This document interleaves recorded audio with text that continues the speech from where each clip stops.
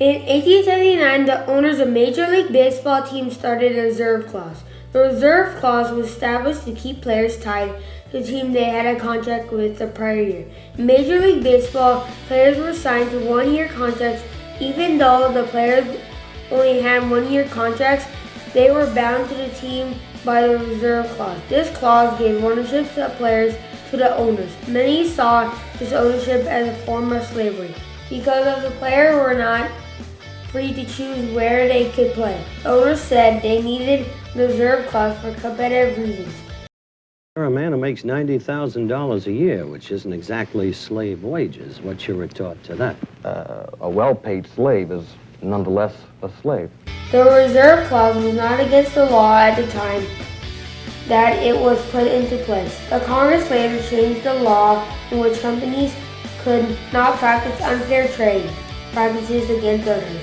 The Congress realized that it needed to step in to make the system more fair for everyone. This new law came about because of the way companies were setting themselves up to limit competition. The Sherman Antitrust Act was passed by Congress on June 20, 1890 and was signed into law by President Harrison on July 2, 1890. This law was put into place to stop companies from making trusts between each other. These trusts could be as simple as agreements not to sell goods to someone in a certain state. In 1914, the Federal Trade Commission Act, which created the FTC, and the Clayton Act were passed by Congress. The next year, Major League Baseball was sued over a violation of the Sherman Antitrust Act in January 1915, and on May 29, 1922, the United States Supreme Court ruled that Major League Baseball was exempt from the Sherman Antitrust law. This empowered the owners even more since they now had the court ruling backing up their way of doing business. I knew that the reserve clause in my contract was illegal, and I thought that I was the one to make the difference in our contracts. Legally, a contract must have a beginning and an end, but the reserve clause perpetuated this year after year. Even though you only had a one-year contract, that clause in your contract perpetuated it until you died. As a matter of fact, if they resurrected Babe Ruth, the Yankees would still own him. That's how ironclad that clause in the contract was. Curt Flood was born on January 19, 1938 in Houston, Texas. His mother would move his family to Oakland, California when he was 2 years old. Curt Flood was born into the reserve clause system. Not only was he born into the reserve clause system, he also was born into a system where he would not be able to play Major League Baseball no matter how good of a player he was because of the color of his skin. When Flood was 9 years old, the system would change. On April 15, 1947, Jackie Robinson breaks the color barrier. Thus, Flood could finally dream of playing Major League Baseball. I could not imagine what this meant to Flood and everyone else in his situation. When I was 6 years old, I was dreaming of being a major leaguer. This is something he could not do until he was 9 years old. Curt Flood became a star baseball player at West Oakland McClemens High School. He played in the same outfield as Vanden Pinson and Frank Robinson. All three would sign with the Cincinnati Redlegs on February 15, 1956. Flood signed with the Cincinnati Redlegs right out of high school in Oakland, California on September 9, 1956. Flood makes his Major League debut. He was 18 years old. This came 9 years after the color barrier was broken. On December 5, 1957, Flood was traded to the St. Louis Cardinals. This is where Flood would shine on and off the field. Flood opened an art studio for his painting career. Flood sold stock to investors who spent his company. He was not just a baseball player. Curt Flood was also a businessman. his art business became very successful. In 1963, Flood won his first of 7 consecutive Gold Glove Awards. On August 28, 1963, Martin Luther King Jr. gave the I Had a Dream speech in Washington, D.C. On October 14, 1964, Martin Luther King Jr. finds out that he won the Nobel Peace Prize.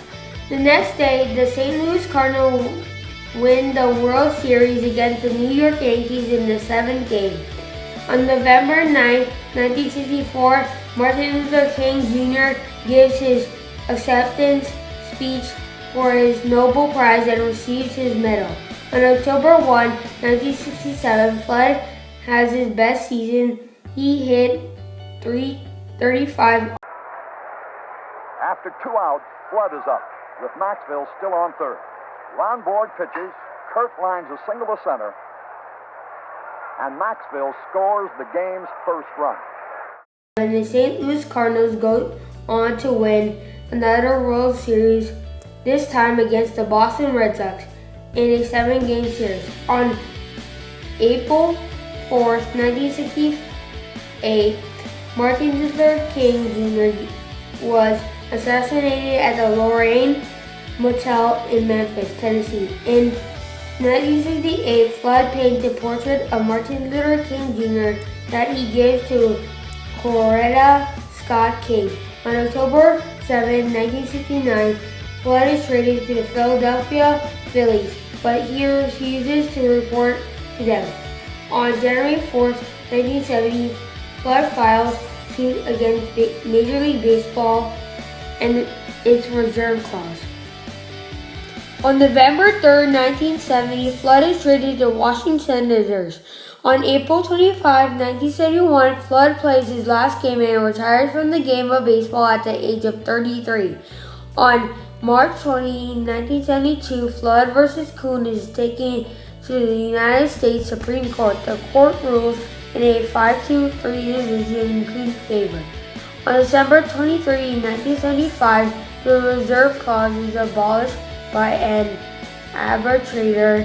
This begins the era of free agency in baseball. This came 5 years after Flood had sued Major League Baseball. On January 20, 1997, Flood dies at the age of 59 of throat cancer.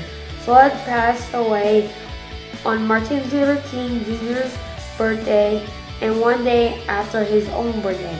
On October 27, 1998, the Curt Flood Act is passed and signed into law by President Clinton. The purpose of the Curt Flood Act was to state that Major League Baseball players are covered by the antitrust law. This law takes away the exemption of Sherman Antitrust Act that the Supreme Court had ruled in the 1922 decision. In conclusion, Curt Flood showed everyone the courage it takes to go against a system that is unfair. Although he was paid one of the highest wages in baseball, he was still not treated fairly in regards to his rights. He fought the fight that his fellow ball players did not have the courage to fight. He paid a price for this fight, but in the end, all baseball players should be grateful for his courage and principles.